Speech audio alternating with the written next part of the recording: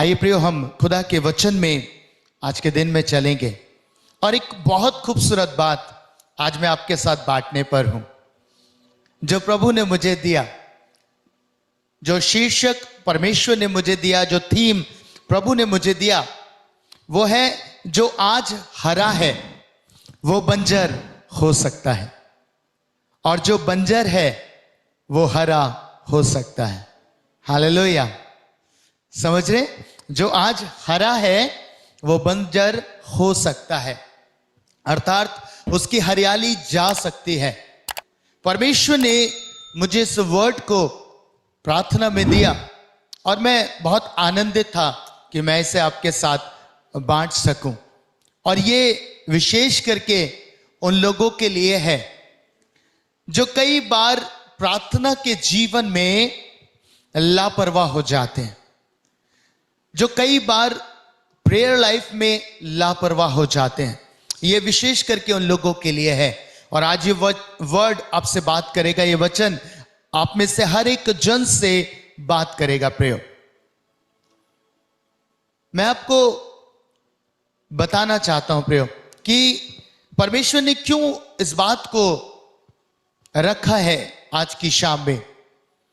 क्योंकि कई बार जब हम आत्मिक जीवन में बहुत अच्छे लेवल पे होते हैं, जब हम आत्मिक उन्नति में होते हैं और बढ़ते रहते हैं और एक समय के बाद हमें ऐसा लगने लगता है कि हमने सब कुछ अचीव कर लिया, सब कुछ हमने पा लिया, और धीरे धीरे हम आत्मिक जीवन में कमजोर होने लगते हैं।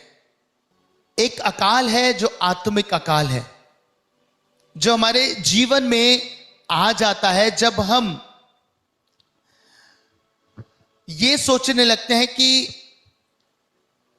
अब हमने पा लिया, अब हमें डेली परमेश्वर के साथ चलने की आवश्यकता नहीं है। हम सोचते हैं कि अब प्रार्थना अगर कम भी करूंगा, प्रार्थना नहीं भी करूंगा तो चलेगा।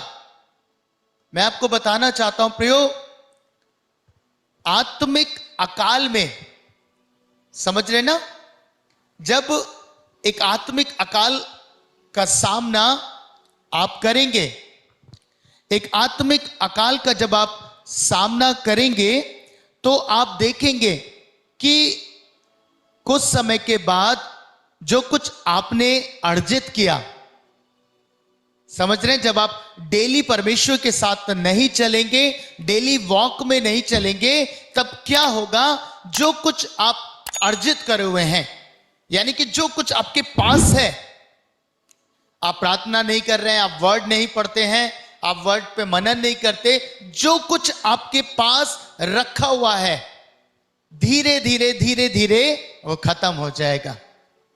आप समझ रहे? तो आप क्या करेंगे? आप अपने आत्मिक जीवन में नुकसान उठाएंगे। कैसे? जो कुछ रखा हुआ है, स्टोर्ड है, वो आप करते रहेंगे इस्तेमाल, तो खत्म हो जाएगा, है ना? ऐसा होता है ना? तो आपकी लाइफ में एक आत्मिक अकाल आ जाएगा। मैंने इसलिए कहा आरंभ में, जो आज हरा है वो बंजर हो सकता है। हालेलुया। जो आज हरा है वो कल बंजर हो सकता है। क्यों? आत्मिक अकाल के कारण से। आपको एक उदाहरण देना चाहता हूं। उत्पत्ति की पुस्तक उसके 13 अध्याय में लूत के विषय में हम पढ़ते हैं। परमेश्वर का वचन कहता है, लूत अब्राहम के साथ चला, और जब तक वो अब्राहम के साथ बना हुआ था वो ब्लेसेड था, आशीषित था। फिर एक समय उसके पास चुनाव आया, और उस चुनाव में उसने क्या देखा?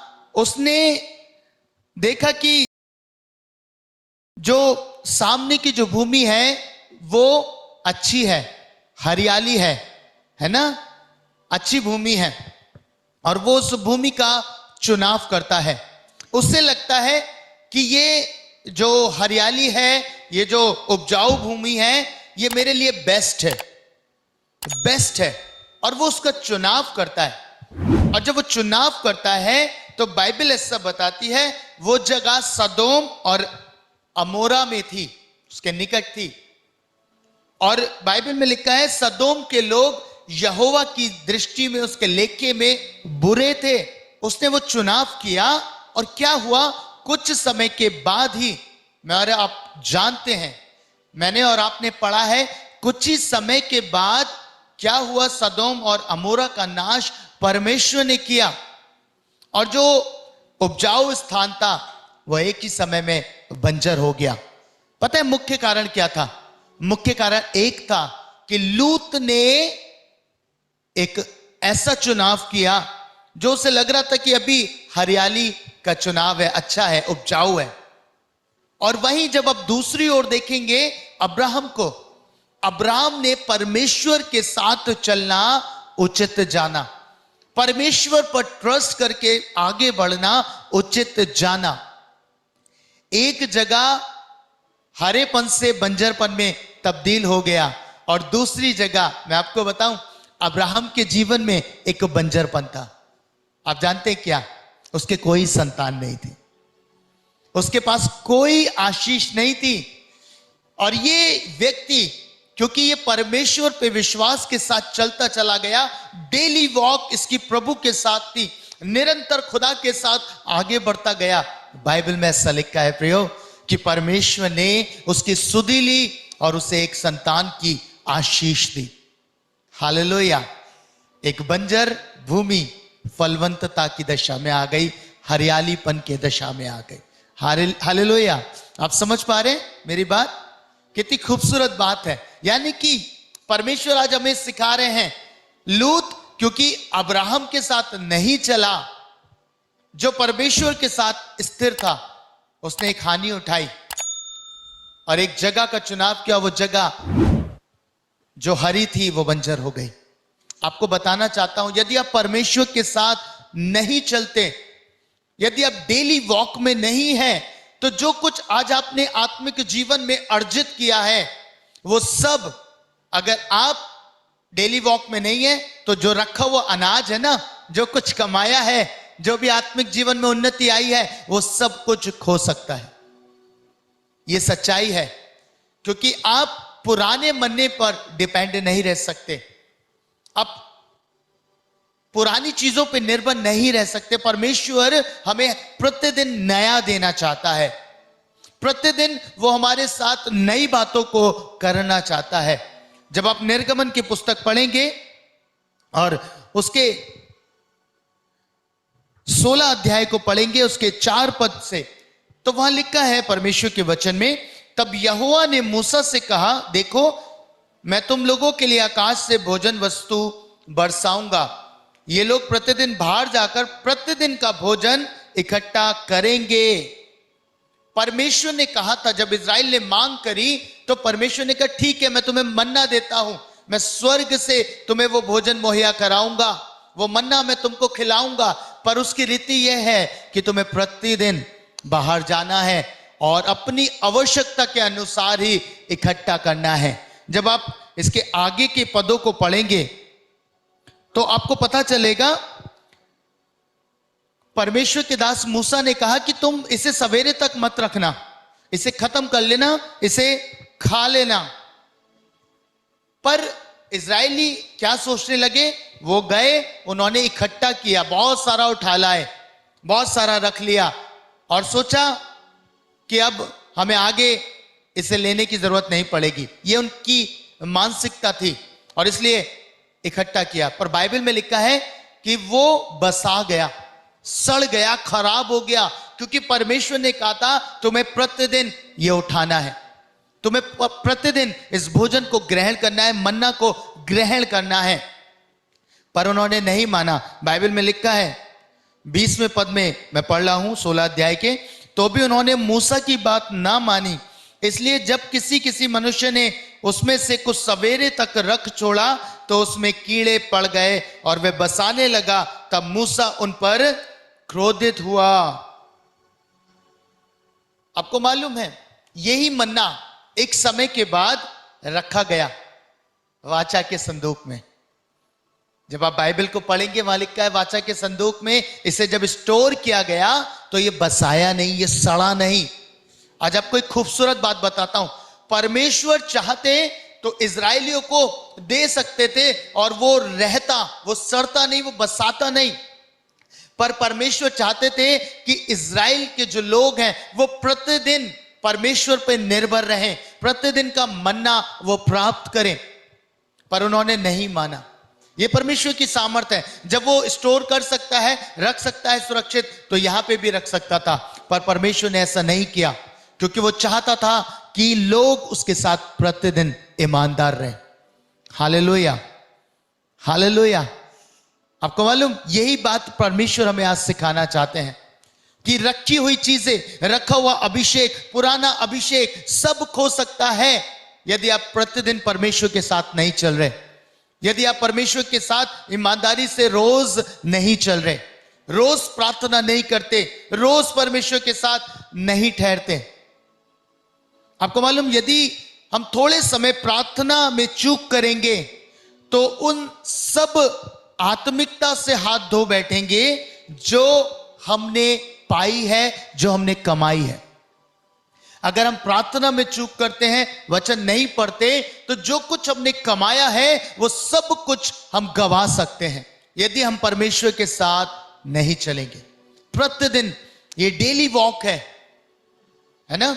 आप लोग जानते हैं, जो व्यक्ति जिम आरंभ करता है, जिम करना आरंभ करता है, उसकी सेहत तो बढ़ने लगती है, मांसपेशियां उसकी डेवलप होने लगती हैं, पर जब वो छोड़ देता है तो क्या होता है, वो पुराने वाले शरीर में लौट जाता है, वही थुलथुलापन, वही मोटापन, सारी चीजें वापस से वैसी हो जाती हैं। तो उसे उस चीज को मेंटेन करना पड़ता है, उसे डेली एक्सरसाइज करनी पड़ती है। यस, ऐसे ही अगर आप आत्मिक जीवन में ऐसा नहीं करेंगे, डेली परमेश्वर के वचन के साथ संगति नहीं करेंगे, प्रार्थना में नहीं बैठेंगे, तो जो कुछ आपने अर्जित किया, जो कुछ आपने कमाया, वो सब कुछ आप खो सकते हैं। हालेलुया। कई कारण हैं जिन कारणों से हम अपने आत्मिक जीवन में हानि उठाते हैं। कुछ कारणों को मैं आपके साथ बांटना चाहता हूं। क्यों हम डेली वॉक नहीं कर पाते परमेश्वर के साथ, क्यों हम प्रतिदिन परमेश्वर के साथ नहीं चल पाते हैं। आपको बताना चाहता हूं प्रियो, पहला कारण है सुस्ती। पहली चीज है सुस्ती। हम कई बार सुस्त हो जाते हैं, है ना। देखा है ना आपने, कई बार सुस्ती आ जाती है, आलस आ जाता है, अरे छोड़ो, कौन उठे, कौन प्रार्थना करे, कौन प्रार्थना करने जाए। ये मेरे व्यक्तिगत अनुभव है जो मैं आपसे बांट रहा हूं। जब हम कमजोर पड़ते हैं, जब हम सुस्ती में आ जाते हैं, आलस में आ जाते हैं, तो कई बार हम बहुत सारी चीजों को गवा देते हैं, है ना। आप 4 दिन प्रार्थना मत करिए और आप 5वें दिन जाएंगे, आप बैठ के खाली आ जाएंगे, आपका मन भी नहीं करेगा वहां बैठने का, आपको परमेश्वर की उपस्थिति महसूस नहीं होगी, क्योंकि हम सुस्ती में बहुत कुछ खो देते हैं। परमेश्वर के वचन से आपके लिए पढ़ना चाहता हूं, नीति वचन की पुस्तक, उसका 24 अध्याय और उसके 30 से 34 पद के बीच। नीति वचन उसका 24 अध्याय, उसके 30 से 34 पद के बीच। मैं आलसी के खेत के पास से और निर्बुद्धि मनुष्य की दाख की बारी के पास से होकर जाता था, तो क्या देखा कि वहां सब कहीं कटीले पेड़ भर गए हैं और वह बिच्छू पौधों से ढक गई है और उसके पत्थर का बाड़ा गिर गया है। तब मैंने देखा और उस पर ध्यानपूर्वक विचार किया। हां, मैंने देखकर शिक्षा प्राप्त की। छोटी सी नींद, एक और झपकी, थोड़ी देर हाथ पर हाथ रख के और लेटे रहना, तब तेरा कंगालपन डाकू के समान और तेरी घटी हथियारबंद मनुष्य के समान आ पड़ेगी। परमेश्वर के वचन का लिखने वाला प्रभु का दास एक बात कह रहा है, मैं आलसी के खेत के पास से और निर्बुद्धि मनुष्य की दाख की बारी के पास से होकर जाता था। वो दाख की बारी थी, प्रभु के दास ने यहां बताया, वो दाख की बारी थी और वो उसके पास से होकर जाता था। अच्छी थी, पर क्या हुआ क्योंकि ये आलसी था, क्योंकि ये सुस्त था, इसने सुस्ती करी। और जब इसने सुस्ती करी तो बाइबल में लिखा है कि वो सारी जो दाख की बारी थी, कटीले पेड़ उसमें भर गए, बिच्छू पौधों से ढक गई और उसके पत्थर का बाड़ा गिर गया। कितनी भयानक बात है। परमेश्वर आत्मिक जीवन में मुझे और आपको सिखाना चाह रहे हैं, जब हम अपने डेली वॉक में सुस्त हो जाएंगे, जब हम प्रार्थना नहीं करेंगे, सुस्ती में पड़ जाएंगे, तो हमारी भी दशा यही होगी। हमारे आत्मिक जीवन का भी हाल कहीं ना कहीं ऐसा ही होगा। क्या क्या है? कटीले पेड़ उगाए, है ना, और लास्ट में लिखा है पत्थर का बाड़ा गिर गया, जो उसकी सुरक्षा करता था, जो बाड़ा उसके चारों ओर था दाख की बारी के, वो गिर गया। और आपके चारों ओर भी जब आप परमेश्वर के साथ चलते हैं तो परमेश्वर आपके चारों ओर एक बाड़ा कसते हैं, एक हैज बनाते हैं। और जब वो हैज आपके चारों ओर पाया जाता है तो दुष्ट उसमें प्रवेश नहीं कर पाता। अय्यूब के पुस्तक में जब आप पढ़ेंगे, शैतान जाता है और परमेश्वर के सामने कहता है, क्या तूने उसके चारों ओर बाड़ा नहीं बांधा? वो कैसे बना था? वो डेली परमेश्वर के साथ चलता था अय्यूब, और यही बाड़ा आपके चारों ओर पाया जाता है। पर जब हम सुस्त हो जाते हैं, जब हम आलस करते हैं प्रार्थना में, वचन के पढ़ने में, तो क्या होता है? हमारा भी बाड़ा गिरने लगता है। और इसीलिए आप देखते हैं आपके जीवन में, आपके परिवार में तकलीफें आना आरंभ हो जाती हैं, समस्याएं उत्पन्न होना आरंभ हो जाती हैं। कारण क्योंकि आपने सुस्ती करी, आपने आलस दिखाया। बाइबल में लिखा है कि उसका बाड़ा गिर गया। और आगे लिखा है 32 पद में, तब मैंने देखा और उस पर ध्यान पूर्वक विचार किया, हाँ मैंने देखकर शिक्षा पाई। वचन का लिखने वाला कह रहा, मैंने शिक्षा पाई। और शिक्षा क्या थी? कि मेरी भी दशा ऐसी हो सकती है, आत्मिक जीवन में मैं भी ऐसे ही नुकसान उठाऊंगा जैसे इसने फिजिकल वर्ल्ड में उठाया है। हालेलुया। और उसने कहा, छोटी सी नींद, एक और झपकी, थोड़ी देर हाथ पर हाथ रख के लेटे रहना। और भयानक बात है आगे 34 पद में, तब तेरा कंगालपन डाकू के समान और तेरी घटी हथियारबंद मनुष्य के समान आ पड़ेगी। कितनी भयानक बात है। कह रहा है कंगालपन आ जाएगा, आत्मिक कंगालपन, अकाल। आत्मा में आप खाली हो जाएंगे, आत्मिक जीवन में आप खाली हो जाएंगे। कोई अनॉइंटिंग नहीं, कोई अभिषेक नहीं, कोई सामर्थ के काम नहीं, है ना। कैसे होगा? जब आप सुस्ती में चले जाएंगे, आलस में चले जाएंगे। तब परमेश्वर के वचन में लिखा है, तेरी घटी हथियारबंद मनुष्य के समान आ पड़ेगी। आपकी घटी आ जाएगी, कंगालपन आ जाएगा आत्मिक जीवन में। मैंने कहा ना कैसे आता है। पहला और मुख्य कारण है ये सुस्ती, आलसपन में हम चले जाते हैं, उठते नहीं है, प्रार्थना नहीं करते, है ना। जब परमेश्वर कहता है चलो प्रार्थना करें, बैठे प्रार्थना कक्ष में, हम आलस करते हैं, हम नहीं उठते। हम सोचते हैं अभी और थोड़ा आराम करें, और थोड़ा लेटे रहें, और थोड़ी कमर सीधी कर लें। साफ उसने बयान किया है, हाथ पे हाथ धर के लेटे रहना, सुस्ती में पड़े रहना, परमेश्वर के साथ नहीं चलना, तब आपकी घटी आ जाएगी। हालेलुया। विश्वास करता हूं आज बहुत कुछ आप सीख रहे हैं। दूसरी इंपॉर्टेंट बात, कई बार हमारे जीवन में आत्मिक कंगालपन क्यों आता है, आत्मिक घटी क्यों आती है, उसका दूसरा कारण है संसारिकता में हम बार बार चले जाते हैं। संसार के जीवन में हम बार बार चले जाते हैं, संसारिकता बार बार हम पर प्रबल हो जाती है। निकालिएगा मेरे साथ परमेश्वर के वचन से पहला यूहन्ना और उसका दूसरा अध्याय और उसके 15 से 17 पद में। पहला यूहन्ना की पत्री और उसका दूसरा अध्याय 15 से 17 पद। तुम ना तो संसार से और ना संसार में की वस्तुओं से प्रेम रखो। यदि कोई संसार से प्रेम रखता है तो उसमें पिता का प्रेम नहीं है, क्योंकि जो कुछ संसार में है, अर्थात शरीर की अभिलाषा और आंखों की अभिलाषा और जीविका का घमंड, वह पिता की ओर से नहीं परंतु संसार ही की ओर से है।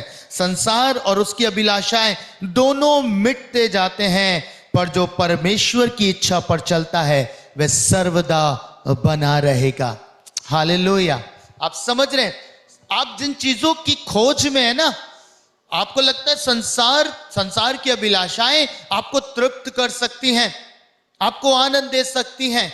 कई बार हम प्रार्थना जीवन को छोड़कर संसार में लौटते हैं, संसार में चले जाते हैं, संसार की चीजें हमें आकर्षित करने लगती हैं।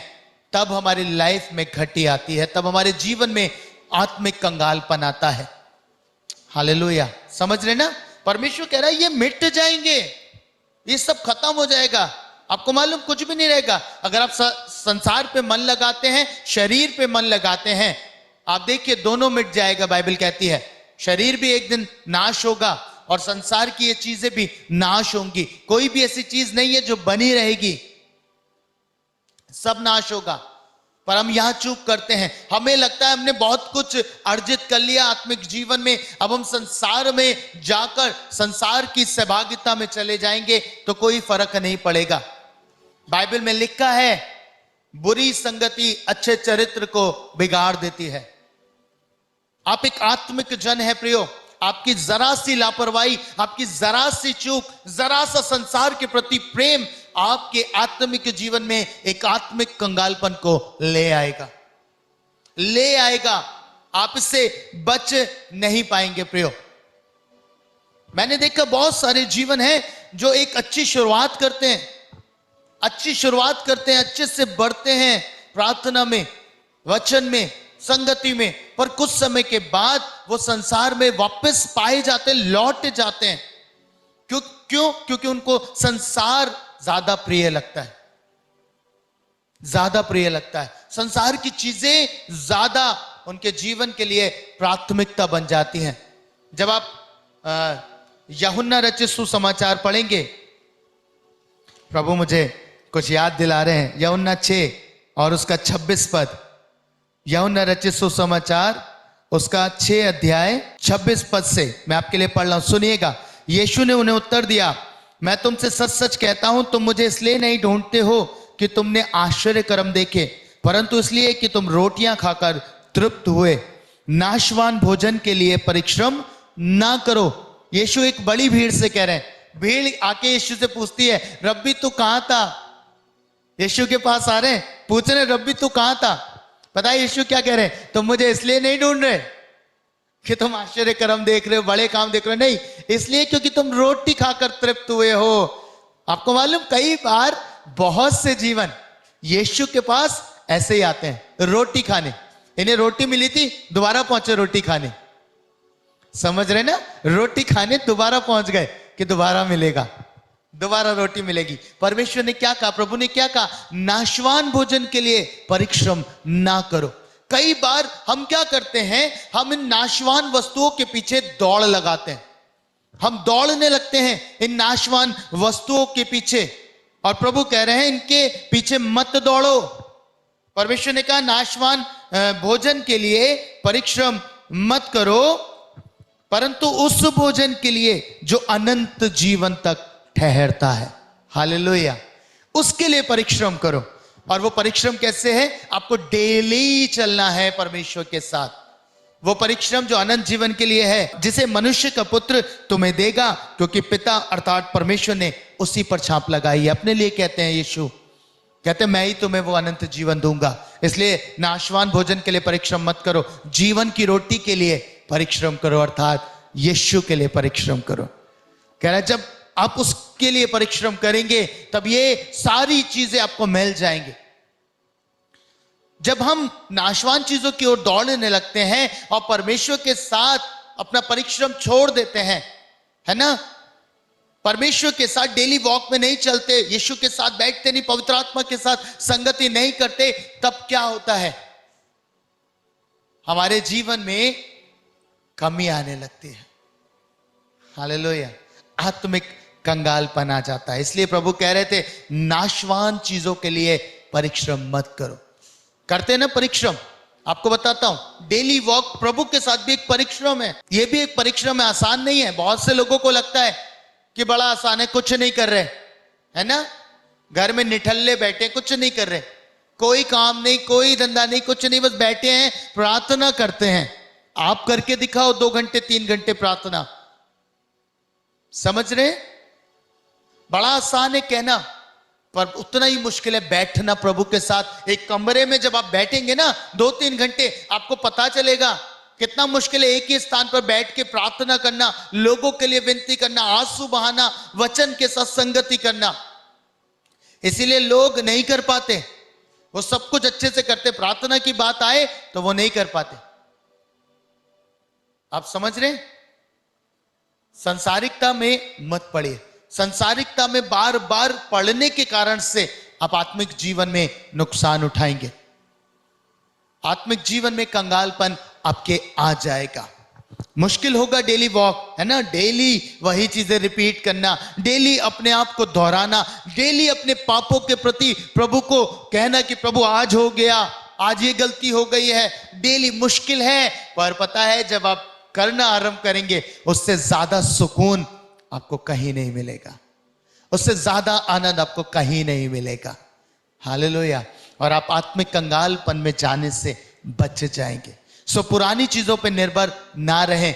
जो रखा है, जो हरा है, वो बंजर हो सकता है, खत्म हो सकता है, हरियाली जा सकती है, आत्मिक जीवन की मोटाई जा सकती है, आत्मिक जीवन में कंगाल आ सकता है जब आप परमेश्वर के साथ डेली नहीं चलेंगे। आज से निर्णय ले प्रियो, आप डेली प्रभु के साथ चलेंगे। डेली आरंभ करें, चाहे आधे घंटे से शुरू करें, डेली बढ़ना आरंभ करें। डेली बैठे, आधा घंटा कब 3 घंटे 4 घंटे में बदल जाएगा आपको नहीं पता चलेगा।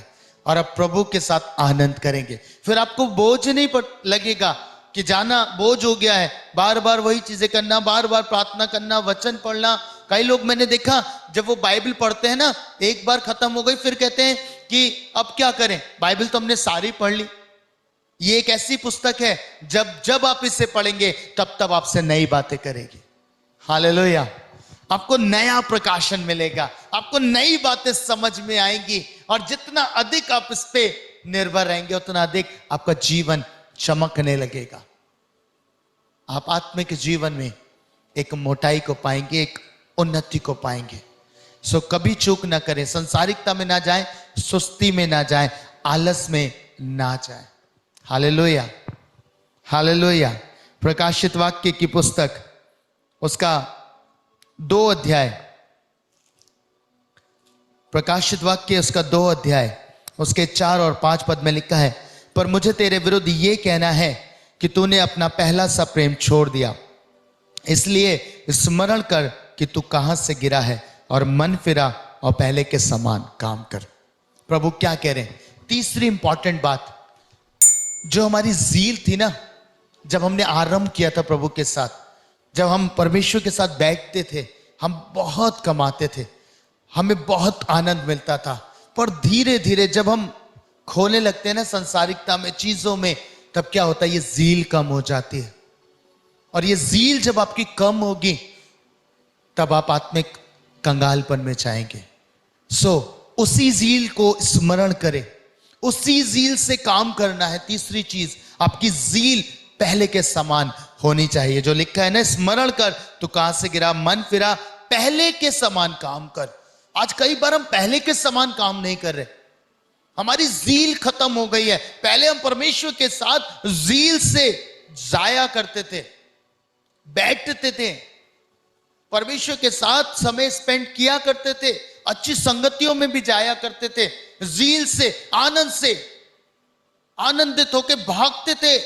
वो टाइम हो गया, आराधना शुरू होगी, चर्च में आराधना आरंभ हो गई है, मुझे जाना है, मुझे पहुंचना है ना। अच्छी फेलोशिप में आप जाया करते थे, जील से सब काम छोड़ते थे, सारी चीजों को एक तरफ रखते थे और परमेश्वर के लिए अवेलेबल रहते थे। पर अब क्या हो रहा है? अब वो जील दिखाई नहीं दे रही। प्रभु ने प्रकाशित वाक्य में कहा, स्मरण कर। परमेश्वर कह रहे हैं आपको उसी जील से काम करना होगा। अगर आप चाहते हैं कि आत्मिक उन्नति आती रहे, बढ़ते जाए, दिन प्रतिदिन आपकी उन्नति हो और कंगालपन ना आए, तो उसी जील से काम करिए प्रभु के लिए, उसी जील में बने रहिए। खुदा आपको ऐसा बढ़ाएगा, ऐसा बढ़ाएगा, है ना, कि आपकी उन्नति सब लोगों पर प्रकट हो जाएगी। हालेलुया। ये खुदा आज आपसे कह रहे, डेली चलिए, डेली। आपको मालूम कुछ लोग परमेश्वर के साथ डेली चलना बंद क्यों करते हैं? क्योंकि उन्हें साल, 2 साल, 3 साल में रिजल्ट नहीं दिखता। उन्हें लगता है कि बस हमने तो बहुत प्रार्थना करी, अब कुछ हो ही नहीं रहा, छोड़ते, क्या फायदा हो रहा है। आपको मालूम है आपके बैकग्राउंड में बहुत कुछ हो रहा होता है, आपके बैकग्राउंड में बहुत कुछ चल रहा होता है, आपके बैकग्राउंड में परमेश्वर बहुत कुछ कर रहे होते हैं। मैंने एक बार बोला था, यूसुफ के बैकग्राउंड में बहुत कुछ चल रहा था पर उसे पता ही नहीं था, है ना। पर वो एक बात जानता था कि प्रभु उसके साथ है। टाइम लगा, टाइम बढ़ता गया, पर वो प्रतिदिन प्रभु के साथ चल रहा था ईमानदारी से। फिर एक ही दिन में खुदा ने सब कुछ बदल दिया। हालेलुया। एक ही दिन में वो कैद खाने से प्रधानमंत्री के पद तक पहुंच गया। हालेलुया। आपको पता नहीं है प्रियो कि आपके बैक में खुदा क्या कर रहा है। आज सुबह मैंने एक आर्टिकल पोस्ट किया और बहुत खूबसूरत बात थी ना, कि प्रार्थना कक्ष में ठहरे रहो और अर्जित करते रहो, क्योंकि एक समय आएगा कि परमेश्वर बहुतेरे व्यक्तियों के लिए आपको उन्नति का कारण बना देगा। आप उस भीड़ को तृप्त कर पाएंगे, उत्तम भोजन प्रदान कर पाएंगे। हालेलुया। समझ में आ रही मेरी बात? क्या करना है? ठहरे रहना है। बहुत सारे लोग जो छोड़ते हैं उनके लिए कहना चाहता हूं, वेट करते रहिए ना, परमेश्वर की बाट जोते रहिए। खुदा के लिए तो बहुत आसान है, एक ही दिन में बढ़ा देगा, एक ही दिन में सब कुछ दिखा देगा, एक ही दिन में सारे काम आपके लिए पूरे कर देगा। हालेलुया। मैं आपको सच बता रहा हूं, ये मेरे अनुभव है।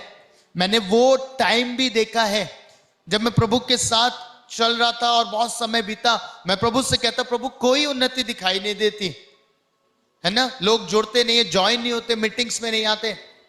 फिर एक दिन सडनली प्रभु ने अद्भुत कुछ किया, है ना। मैं ठहरा रहा, मैं 3 जनों में भी ईमानदार रहा। आपको मालूम, चाहे जूम की सभा होती थी, कई बार हमें 3 लोग ही ज्वाइन कर पाते थे, पर हम उसमें भी ईमानदार थे और प्रभु के साथ ठहरे रहे, क्योंकि हमें निश्चय है कि खुदा का समय आएगा और वो बढ़ाएगा। और आज खुदा ने एक उन्नति में हमको लेके आया। आपको भी कह रहा हूं प्रियो, आपका भी समय आ जाएगा, आपका भी वक्त आएगा, आप भी उन्नति करेंगे। बस डेली वॉक कंटिन्यूस रखिए, डेली परमेश्वर के साथ चलना है, चाहे कुछ भी हो। गलती से भी आत्मिक कंगालपन आपकी लाइफ में ना एंटर करे, तब आप अपने जीवन में एक आत्मिक ऊंचाइयों को पाएंगे। हालेलुया। ये बात कह के मैं अपना वर्ड समाप्त करता हूं, और मैं निश्चय जानता हूं कि आज के वचन ने आपसे बहुत बात करी, आपको बहुत कुछ सिखाया है। तो निश्चय जब आपने सीखा है तो हमें जरूर से बताइएगा, क्योंकि मैंने देखा अपनी आत्मा में बहुत सारे जीवनों में ये बातें चल रही हैं। एक आत्मिक कंगालपन उनकी लाइफ के भीतर आया। प्रभु चाहते हैं प्रियो कि आप दोबारा से शुरुआत करें। अगर खो गया, आपको लगता है चला गया, कोई नहीं, वापस से आइए प्रभु के पास, वापस से बैठिए, अंगीकार करिए, मन फिराइए, जील से काम करिए, प्रभु सब कुछ वापस दे देगा। हालेलुया। हालेलुया। किन बातों से सावधान रहना है? सुस्ती से सावधान रहना है, संसारिकता में बार बार जाने से या संसारिक अभिलाषाओं में बार बार फंसने से सावधान रहना है ना, और सेम जील से काम करना है प्रभु के लिए। हालेलुया। खुदा आप सबको बहुत बरकत दे। जरूर से हमें बताइएगा कमेंट्स में या हमारे प्रार्थना भवन पे संपर्क करके, क्योंकि खुदा ने आपसे बात करी। आइए अपनी आंखों को बंद करें। परमेश्वर पिता, मैं दिल से आपका धन्यवाद करता हूं एक बार फिर से इस उत्तम वचन के लिए, आपके प्रभु सामर्थी वचन के लिए जो प्रभु आपने दिया। मैं निश्चय जानता हूं खुदावंद खुदा, इस वचन के द्वारा बहुत सी भूमियां सींची गई, बहुत सारे लोगों को उनका आंसर मिला है खुदा। बहुत सारे लोग जो प्रभु उस अभिषेक को खो चुके थे, प्रभु मैं निश्चय जानता हूं कि वो अभिषेक दोबारा से उनके ऊपर आएगा। दोबारा से प्रभु जब वो आपके साथ प्रतिदिन दौड़ में दौड़ेंगे तो निश्चय वो अभिषेक उनके ऊपर लौट आएगा। निश्चय खुदाबंद वो आपके साथ चलेंगे। आज मैं विनती करता पिता, हर एक जीवन को रिस्टोर करें। ओ खुदाबंद, मैं विनती कर रहा हूं हर एक उस भाई उस बहन के लिए जो परमेश्वर इन बातों से गुजर रहा है, आत्मिक कंगालपन से गुजर रहा है। प्रभु, उसके दाग की बारी में भी कटीले पेड़ उगाए हैं, उसका बाड़ा गिर गया है खुदा, आज दोबारा से उसे खड़ा करें, उसको दोबारा से रिस्टोर करें, उस बाड़े को दोबारा से बनाए खुदाबंद। मैं प्रार्थना करता खुदा, आप इनको रिस्टोर करें, हर एक चीज इनके जीवन से दूर हो, सुस्ती दूर हो, आलस दूर हो, संसारिकता में बार बार फंस जाना दूर हो जाए खुदा, ये सारी बातें इनसे अलग हो जाए और प्रभु ये आप में ईमानदार होते चले जाए। प्रभु, बहुत से ऐसे जीवन है जब वो आत्मिक कंगालपन में गए, आज मैं अपनी आत्मा में देख रहा, उनके जीवनों में बहुत तकलीफें खुली हैं, बहुत परेशानियों का सामना कर रहे हैं, समस्याओं का सामना कर रहे हैं, कलेश का सामना कर रहे हैं। प्रभु, मैं विनती करता हूं उनके लिए, उनके जीवनों से प्रभु ये कलेश दूर हो, ये बाड़ा बने दोबारा से खुदा, ताकि ये कलेश का आत्मा, ये प्रभु समस्याएं, ये दिक्कतें उनके जीवन से अलग हो जाएं और शैतान के काम उनके जीवन से नाश हो जाएं। यदि बीमारियों में चले गए हैं, तकलीफों में चले गए हैं, मैं यीशु नासरी के नाम से उन तकलीफों को आज्ञा देता हूं खड़ जाएं और समुद्र में जा पड़े। I rebuke it in Jesus name, I rebuke it in Jesus name. प्रभु, मैं प्रार्थना करता जिनके संतान नहीं है, जैसा हमने अब्राहम के जीवन से जाना खुदा, वो भी एक बंजरपन में था प्रभु, सारा के कोई संतान नहीं थी, पर वो आपके साथ चला और प्रभु आशीषों को पाया, उसने प्रभु रिसीव करी उस संतान की आशीष। मैं देखता खुदा, जो लोग ऐसी दशा में हैं जिनके कोई संतान नहीं, आज शाम में उनके निमित्त प्रार्थना करता पिता, प्रभु उनके गर्भ को आप खोल दीजिए, गर्भ की आशीष उनको प्रदान कीजिए, ये आशीषित हो जाएं, ये संतान को प्रभु आने वाले वर्ष में गले से लगाएं खुदावंत। Lord, I declare it in Jesus name. यीशु, आपके नाम से डिक्लेयर करता हूं, हर एक बंजरपन प्रभु दूर हो जाए और हर एक जीवन से प्रभु हरियाली प्रकट होने पाए, आत्मिक उन्नति प्रकट होने पाए। परमेश्वर, मेरी विनती है, दया करें, इन सबको रिस्टोर करें। जो भाई बहन मुझे ऑनलाइन देख रहे हैं प्रभु, मैं उन सब के लिए प्रार्थना कर रहा हूं। पिता, ये तेरे बेटे और तेरी बेटियां हैं प्रभु, नाना प्रकार की समस्याओं में, नाना प्रकार के कष्टों में है खुदा, बड़े आशा भरी दृष्टि से तेरी ओर निहार रहे पिता। मैं चाहता दया कर और इनके जीवनों में इनके उत्तर को भेज, इनके प्रार्थना के उत्तर को भेज प्रभु। हाँ यीशु मसीह, आपके वचन में लिखा है, तुम मुझसे जो कुछ मांगोगे मैं तुमको दूंगा, तुम मेरे नाम से पिता से जो कुछ मांगोगे वो तुमको मिल जाएगा, और आपने कहा मांगो तो तुम्हें दिया जाएगा। प्रभु, मैं मांगता इनके बिहाफ पर स्वर्ग की आशीष खोल, स्वर्ग के झरोखे खोल और इनके जीवन को प्रभु आशीषित कर, इन्हें बरकतों में लेके आ प्रभु। हर एक नीरसता इनके जीवन से दूर हो जाए, जो आशाहीन है वो आशा में आ जाए प्रभु। यीशु के सामर्थी नाम में, यीशु के नाम में मांगता हूं, आमीन।